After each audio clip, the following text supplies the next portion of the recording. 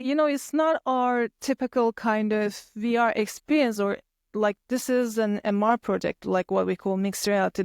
So you're able to, on the same time, you're able to make that experience at your own place. Like I'm at the studio. If I start this experience, my surroundings, my environment is that studio. So I'm going through that experience with that.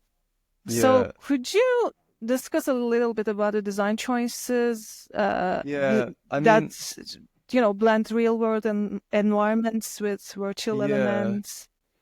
I think that like Quest 2 had a kind of overlay, like the kind of black and white overlay, and so there was like kind of like this ability to kind of mix the game engine with the real, and I think that initially I was thinking like collage. Yeah, the technology kind of, in order for stuff to really sit in the room, like real reality or whatever, it requires the lighting and all of quite kind of heavy computation that kind of just segued completely away. And I wanted a clash. I wanted like not a clash but a contrast, so kind of thinking of collage rather than trying to make stuff just fit aesthetically, like but so from the very beginning we were trying to go against what you would think you might want to put in, how you might want to look from a kind of a unified kind of like aesthetic or something. We didn't kind of want to portray a character in the kind of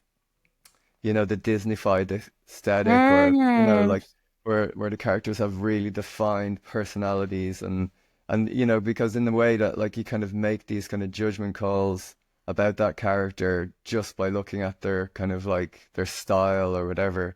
So we kind of tried to keep the characters in a way a little bit mysterious, a little bit broken up, like trying to show their internal kind of like elements rather than their kind of external kind of facade. And so they're kind of very much like avatars, I guess.